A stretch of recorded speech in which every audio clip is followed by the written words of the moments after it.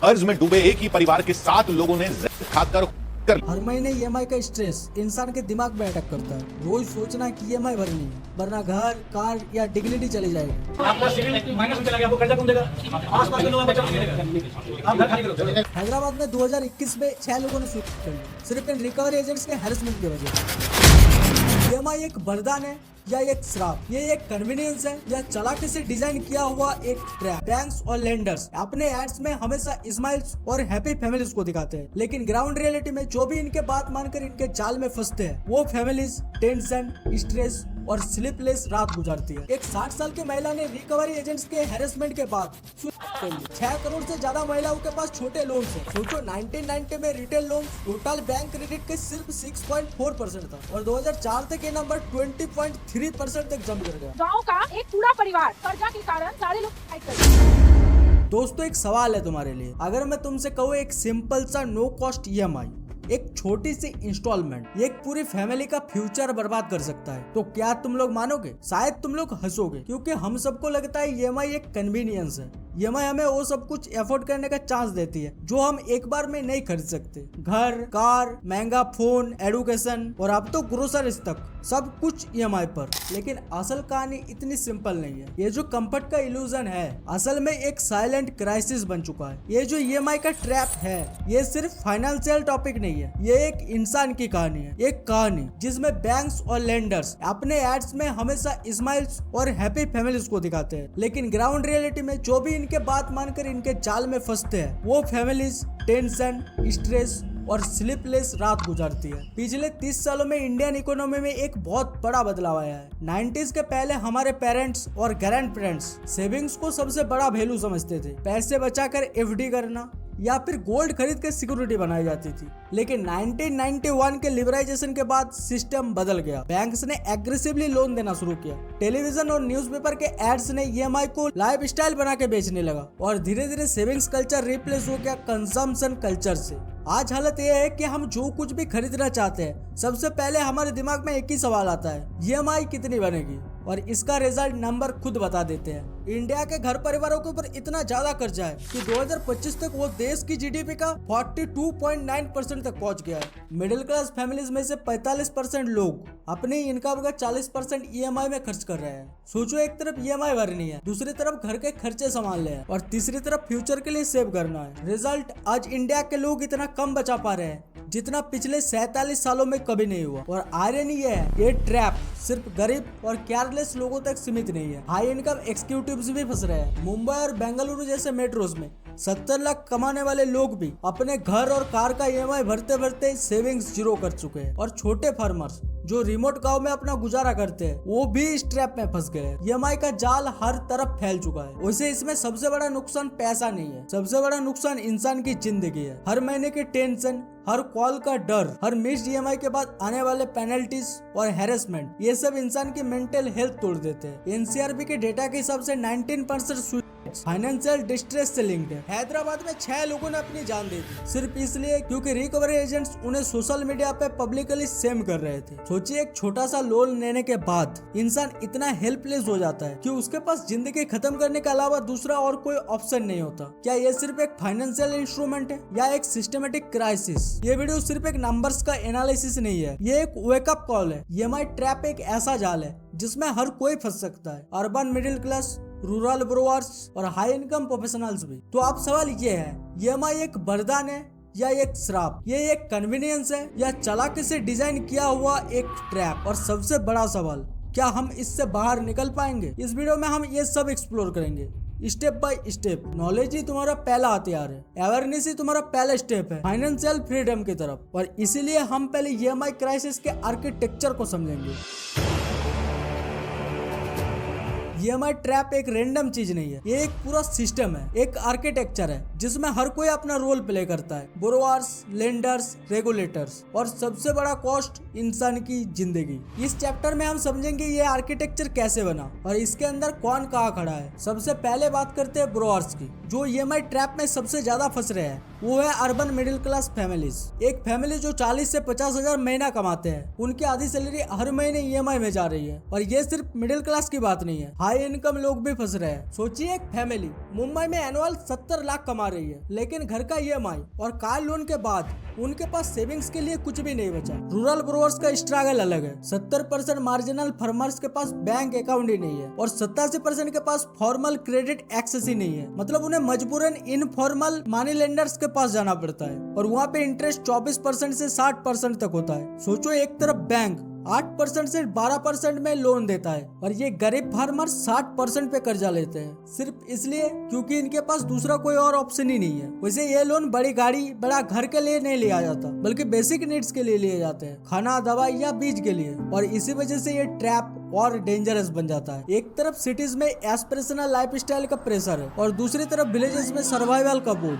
दोनों की कहानी अलग अलग है, लेकिन दोनों एक ही ट्रैप में फंस गया है। अब समझते हैं लेंडर्स का रोल। बैंक्स और NBFCs ने EMI को एक गोल्ड माइन बना लिया है। इनका रेवेन्यू मल्टी लेयर्ड है। इंटरेस्ट चार्जेस जो कॉम्प्लेक्स फॉर्मूलास के अंदर छुप जाते हैं, प्रोसेसिंग फीस, लीगल और एडमिन फीस जो हिडन लगती है, लेट पेमेंट पेनाल्टीज जो हर दिन के हिसाब से लगते हैं, और प्री मैच्योर क्लोजर चार्जेस जो बोरोवर को अपना लोन जल्दी खत्म करने से रोक देते हैं। मतलब तुम अगर लोन को टाइम से पहले जल्दी खत्म करना चाहते हो तो तुम्हें और ज्यादा पैसा देना पड़ेगा। और सबसे इनोवेटिव HDFC का स्मार्ट EMI एक क्रेडिट कार्ड परचेस को लॉन्ग टर्म EMI में कन्वर्ट कर देता है। इनका प्लान सिंपल है, चाहे ग्रोसरीज हो, ट्रैवल हो या इलेक्ट्रॉनिक्स, हर परचेस को EMI में कन्वर्ट कर दो। स्टार्टिंग 0.99% पर मंथ लगते हैं, लो है ना, पर एनुअल इफेक्टिव बन जाता है 12% से 25% तक। मतलब स्पेंडिंग को नॉर्मलाइज करके कर्जे के जाल में घुसाओ। कर्जे को नॉर्मलाइज कर दिया गया है EMI के नाम से।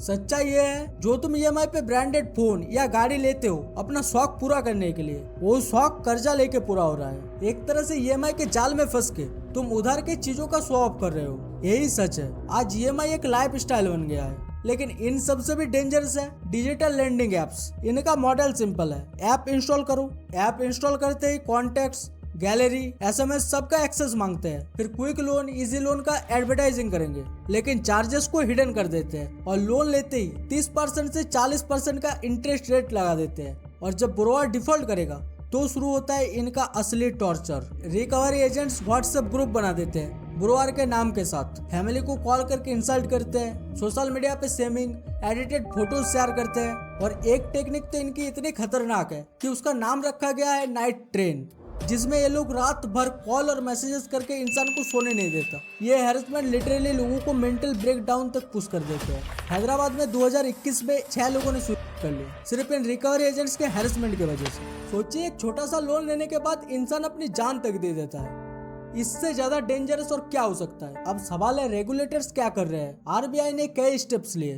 2023 में 94 एप्स को बैन किया गया और भी नए गाइडलाइंस आए। लोन टर्म्स की क्लियर डिस्क्लोजर मैंडेटरी है, एप्स को पर्सनल डेटा एक्सेस लिमिट करना होगा और ट्रांजैक्शंस ब्रोअर और लेंडर्स के बैंक अकाउंट के बीच डायरेक्ट होने होंगे। लेकिन प्रॉब्लम ये है कि ये एक वेक मोल गेम बन गया है। ये ऐप बैन होता है, कल फिर से वो दूसरे नाम से रिलॉन्च हो जाता है। प्रेडेटरी टैक्टिक्स इवॉल्व हो जाती है फास्टर देन रेगुलेशंस। इन्फोर्समेंट लगातार पीछे रह जाते हैं। EMI ट्रैप का इम्पैक्ट पैसे और परसेंटेज में नहीं, इंसान की जिंदगी में नजर आता है। हर महीने EMI का स्ट्रेस इंसान के दिमाग में अटैक करता है। रोज सोचना कि EMI भरनी है, वरना घर, कार या डिग्निटी चली जाएगी। प्रोफेशनल्स कहते हैं वो लोग अपना जॉब स्विच नहीं कर पाते, करियर रिस्क नहीं ले पाते, फ्यूचर प्लान नहीं कर पाते, सिर्फ इसलिए क्योंकि हर महीने EMI का डेडलाइन उनके सिर पे लटक रहा होता है। एक छोटी सी इमरजेंसी भी उनके फाइनेंशियल लाइफ को तोड़ देती है। और फिर शुरू होती है हैरेसमेंट। व्हाट्सएप ग्रुप्स में ब्रोअर का नाम डाल के उनसे पैसे मांगना, फेक लीगल नोटिस भेजना, सोशल कम्युनिटी में इंसल्ट करना,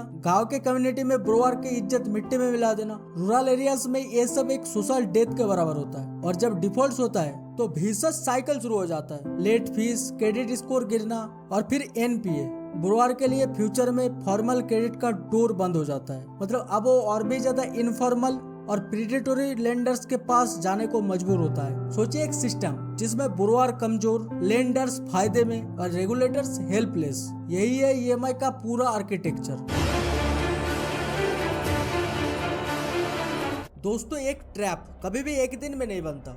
EMI क्राइसिस भी एक दिन में नहीं आया। ये एक ऐसी जाल है जो 30 साल पहले शुरू हुआ था। Step by step her decade ने इसको और गहरा बनाया। इस चैप्टर में हम ये समझने की कोशिश करेंगे कि कैसे पॉलिसी डिसीजंस, टेक्नोलॉजी और सोसाइटी के शिफ्ट्स ने मिलकर एक ऐसा फाइनेंशियल लैंडस्केप क्रिएट किया जिसमें ईएमआई कल्चर नॉर्मल बन गया। और फिर ये फायर सिटीज से विलेज तक कैसे फैल गया। 1990s liberalisation. 1991 में इंडिया की इकोनॉमी ओपन हुई, लाइसेंस राज खत्म हुआ और प्राइवेट बैंक्स को कंपटीशन का मौका मिला। इसी दौर में पहली बार बैंक्स एग्रेसिवली रिटेल लोन्स को पुश करने लगे। पहले लोन सिर्फ बड़ा घर या फैक्ट्री खरीदने के लिए होता था, लेकिन अब टीवी, फ्रिज, स्कूटर सब कुछ ईएमआई पर अवेलेबल। सोचो 1990 में retail loans total bank credit के सिर्फ 6.4% था और 2004 तक ये नंबर 20.3% तक जंप कर गया। मतलब पहली बार मिडिल क्लास ने समझा खरीदना अभी है, देना बाद में। और यही ईएमआई कल्चर का फाउंडेशन था। फिर आया डिजिटल एक्सेलरेशन। 2010 के बाद स्मार्टफोन और सस्ते 4G डेटा ने क्रेडिट को लिटरली पॉकेट में डाल दिया। फिनटेक एप्स आए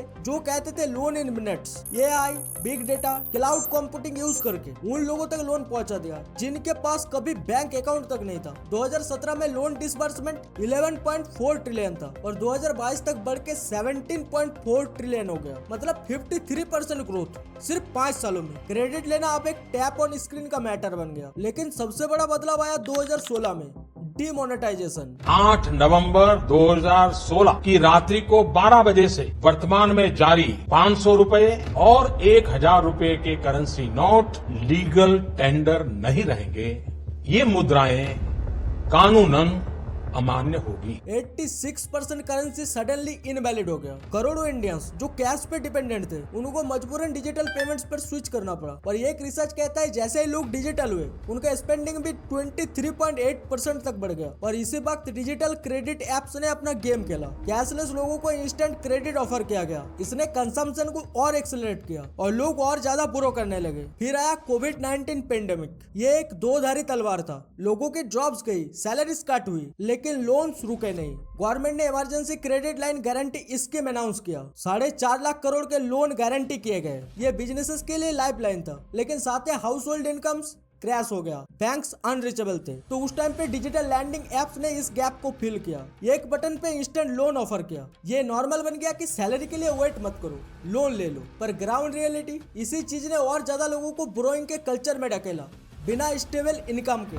2023 में फाइनली आरबीआई ने क्रैकडाउन शुरू किया। 100 से ज्यादा इलीगल एप्स को बैन किया गया। स्ट्रिक्ट रूल्स बनाए गए जिसमें हर लोन बुरोअर के बैंक अकाउंट से डायरेक्टली लिंक्ड हो। लेकिन तब तक डैमेज हो चुका था। रूरल एरियाज में लोन डिफॉल्ट्स 44% तक बढ़ गया। माइक्रो फाइनेंस एनपीए 43,000 करोड़ तक पहुंच गया। और आज हालत यह है कि लोन डिफॉल्ट्स एक सिस्टमेटिक रिस्क बन चुका है, सिर्फ बुरोअर्स के लिए नहीं, बैंक्स और इकोनॉमी के लिए भी। ईएमआई ट्रैप हर जगह सेम नहीं दिखाई देता। सिटीज और विलेजेस में इसका असर अलग अलग है। मुंबई इंडिया का सबसे फाइनेंशियली स्ट्रॉन्ग सिटी है। 2023 का डेटा कहता है अफोर्डेबिलिटी इंडेक्स सिर्फ 51% है। मतलब फैमिलीज अपने आधे इनकम घर के लोन और ईएमआई में खर्च कर देती है। प्राइस टू इनकम रेशियो 14.3 है। मतलब इनकम से 14 गुना महंगा घर। दिल्ली एनसीआर में गैप और क्लियर है। हाउसिंग प्राइस ग्रोथ 9.3% एनुअल है, पर इनकम ग्रोथ सिर्फ 5.4%। मतलब हर साल होम एफोर्डेबिलिटी और कम होती जा रही है। बेंगलुरु इंडिया का टेक हब, हाई इनकम, लेकिन फिर भी लाइफ स्टाइल, इन्फ्लेशन और कर्जे पर निर्भरता की वजह से एफोर्डेबिलिटी इंडेक्स सिर्फ 26% है। यानी जितना ज्यादा कमाओ उतना ज्यादा ट्रैप। वैसे ये क्राइसिस सिर्फ मेट्रोस तक लिमिटेड नहीं है। रूरल एक्सपेंशन भी इक्वली डेंजरस है। माइक्रो फाइनेंस सेक्टर का लोन पोर्टफोलियो 4.33 ट्रिलियन तक पहुंच गया है। 6 करोड़ से ज्यादा महिलाओं के पास छोटे लोन्स हैं और ये लोन्स उनके फैमिलीज को टच करते हैं। मतलब 300 मिलियन से ज्यादा लोग इस ट्रैप के इनडायरेक्टली इम्पैक्ट में है। प्रॉब्लम यह है कि रूरल ब्रोअर्स के पास फाइनेंशियल लिटरेसी और स्टेबल इनकम नहीं होता। Result default sky rocketing. Statistics एक पिक्चर देते हैं, लेकिन असली तस्वीर समझने के लिए ग्राउंड स्टोरी सुननी पड़ती है। ईएमआई ट्रैप को समझने के लिए कुछ रियल एग्जांपल्स को देखते हैं। गुड़गांव के हाउसिंग स्कैम एक बुरा सपना बन गया है। हजारों घर खरीदने वाले लोग जो आज भी फंसे हुए हैं। बिल्डर्स ने उन्हें सबवेंशन स्कीम दी थी। मतलब बाहर से बोला गया था घर का हक मिलने तक ईएमआई बिल्डर्स खुद भरेगा।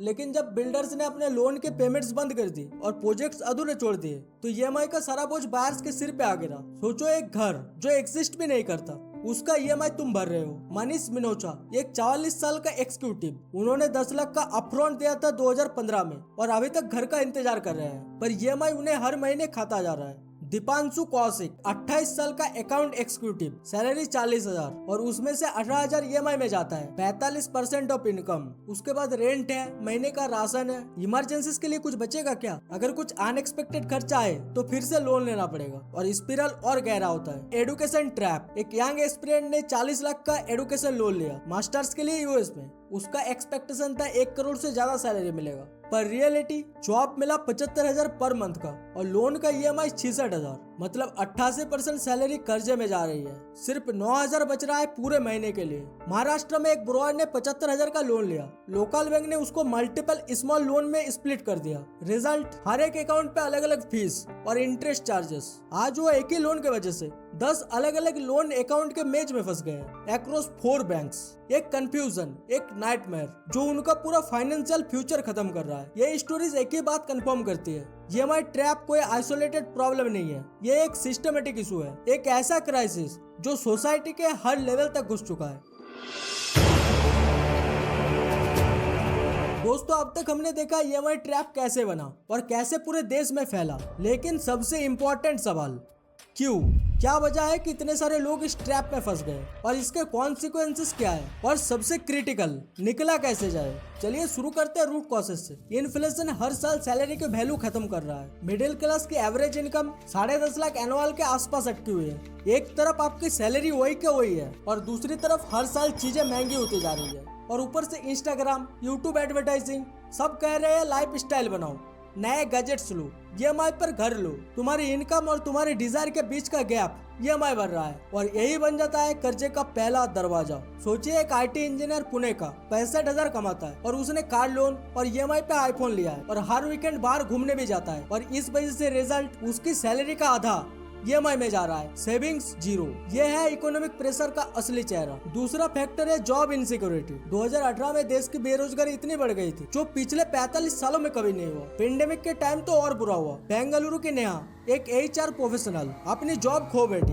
उसके ऊपर कार और एडुकेशन लोन था। EMI रुकी नहीं, लेकिन इनकम गायब हो गया। हैरेसमेंट कॉल्स ने उसकी मेंटल हेल्थ तोड़ दी। ये रियलिटी है, एक जॉब लॉस और तुम डिफॉल्ट स्पिरल में घुस जाते हो। सिर्फ 27% इंडियन फाइनेंशियल लिटरेसी रखते हैं, मतलब करोड़ों लोग EMI का असली टर्म्स को समझते ही नहीं है। लोग 12% इंटरेस्ट पे लोन लेते हैं, पर उसके पीछे छुपा हिडन चार्जेस का उनको कोई आइडिया ही नहीं होता। अगर एग्जाम्पल देके समझाऊं तो मान लो एक डिलीवरी बॉय, सोचा उसने 12% इंटरेस्ट पे 10,000 का लोन लिया है, लेकिन हिडन चार्जेस और पेनाल्टीज के बाद 3 महीने में वो 10,000 42,000 बन गया। ये है फाइनेंशियल इलिटरेसी का असली प्राइस। बैंक्स और NBFCs का प्रॉफिट तभी है जब तुम बोरो करते रहो। लोन ऑफिसर्स के टारगेट होते हैं तुम्हारे फोन में pre approved SMS, balance transfer offers और टॉप अप लोन के नोटिफिकेशन इसलिए आते हैं क्योंकि पूरा सिस्टम ही परपेचुअल कर्जे के लिए डिजाइन हुआ है, ताकि तुम EMI के चक्कर में उसे कभी बाहर ही ना निकल पाओ। मतलब बोरोअर्स कमजोर और लेंडर्स फायदे में। रिजल्ट, ये ट्रैप जिसमें घुसना आसान है पर निकलना मुश्किल। जब EMI इनकम का 50% क्रॉस करता है तो डिफॉल्ट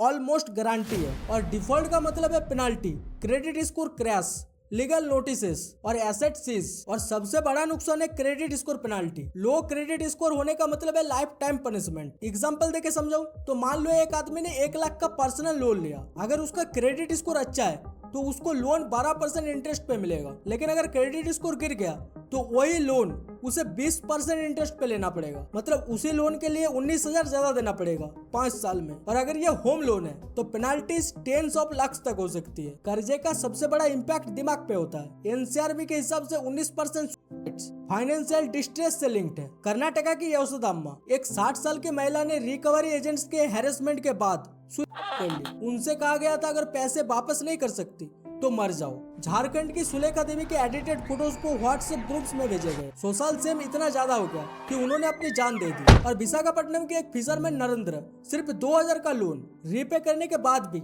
उसके वाइफ के एडिटेड फोटोज को सर्कुलेट किया गया। वो प्रेशर झेल नहीं पाया और उसने अपनी जिंदगी खत्म कर दी। सोचिए, एक छोटा सा लोन और एक पूरी फैमिली बर्बाद। दिल्ली के एक कपल्स, उनकी सैलरी 1.2 लाख थी, लेकिन 70,000 EMI में जा रहा था। हर महीने फाइट्स, EMI वर्सेस बच्चों की फीस, कर्जे ने उनकी शादी तोड़ दी। और विलेजेस में फार्मर्स अपने बच्चों की पढ़ाई छुड़वा देते हैं क्योंकि ईएमआई भरनी है। कर्जा सिर्फ एक जनरेशन तक लिमिटेड नहीं होता, वो लेगेसी बन जाता है। एक क्राइसिस सिर्फ इंडिविजुअल का नहीं, देश का भी है। सोचिए, देश की सेविंग्स इतनी गिर चुकी है कि लोग अपने कमाई का सिर्फ 5.3% बचा पा रहे हैं, और ये लेवल पिछले 47 सालों में कभी देखा नहीं गया। मतलब एक पूरी इकोनॉमी कर्जे के बोझ में खिसक रहा है, फ्यूचर के लिए इन्वेस्टमेंट जीरो। और जब मिलियंस ऑफ फैमिली सिर्फ ईएमआई भर रही है तो कंजम्पशन गिरता है, इकोनॉमी स्लो होती है। आज इंडिया के बैंक्स के एनपीए 43,000 करोड़ से ज्यादा हो गया है। मतलब बैंक का इतना पैसा अटक गया है जो वापस आना मुश्किल है, और इस वजह से पूरा फाइनेंशियल सिस्टम रिस्क में है। लेकिन हर ट्रैप का एक एग्जिट होता है। ईएमआई ट्रैप से निकलने का भी एक क्लियर प्लान है। स्टेप 1, सबसे पहले ईएमआई टू इनकम रेशियो निकालो। फॉर्मूला सिंपल है, टोटल मंथली ईएमआई उसको डिवाइड करो मंथली इनकम से, फिर उसको गुना करो 100 से। अगर ये 40% से ज्यादा है तो तुम रेड जोन में हो। स्टेप 2, इमरजेंसी फंड बनाओ। 1000 रुपए से स्टार्ट करो। 3 से 6 महीने के एक्सपेंसेस का बफर बनाओ। एक छोटा सेविंग लॉन्ग टर्म में काम आएगा। स्टेप 3, अगर तुम्हारे पास मल्टीपल क्रेडिट कार्ड बिल्स और छोटे लोन्स है तो उनको एक सिंगल लोअर इंटरेस्ट लोन में मार्च करो। एग्जाम्पल, अगर तुम 40,000 ईएमआई अलग अलग देते हो तो मार्च करके उसको 25,000 तक लाया जा सकता है। बाकी बच्चे 15,000 को एग्रेसिवली रीपेमेंट में लगाओ। स्टेप 4, हाईएस्ट इंटरेस्ट लोन को पहले क्लियर करो। स्टेप 5, 1 महीने के लिए अपने हर खर्चे को लिखो। नीड्स, वांट्स और सेमी एसेंशियल्स कैटेगरीज बनाओ। वांट्स को कट करो, सेमी एसेंशियल कम करो। जो पैसे बचे उससे कर्जे को नॉक आउट करो। स्टेप 6, सबसे बड़ा रूल, नए लोन मत लो। नो कॉस्ट ईएमआई एक इल्यूजन है। हमेशा कैश और डिस्काउंट प्राइस कंपेयर करो। अगर एफोर्ड नहीं कर सकते तो सिंपल है, मत लो। इंडिया का ईएमआई ट्रैप एक साइलेंट इमरजेंसी बन चुका है। ये सिर्फ केयरलेस ब्रोअर्स का प्रॉब्लम नहीं है, ये एक सिस्टमेटिक क्राइसिस है। आपके सामने यशोदा अम्मा, सुलेखा देवी और नरेंद्र जैसे केसेस है। गुड़गांव के बायर्स जो घर के बिना ईएमआई भर रहे हैं, स्टूडेंट्स जो अपनी सैलरी का 80% बैंक को देते हैं। ये सब एक ही मैसेज देते हैं, ईएमआई एक कन्वीनियंस नहीं, एक पोटेंशियल ट्रैप है। अब तुम लोग खुद सोचो, ईएमआई तुम्हारी जिंदगी आसान बना रहा है या धीरे धीरे उसे बोझ बना रहा है? तुम्हें क्या लगता है? तुम क्या सोचते हो इस बारे में? अपना थॉट्स कमेंट्स में जरूर बताना। पीस।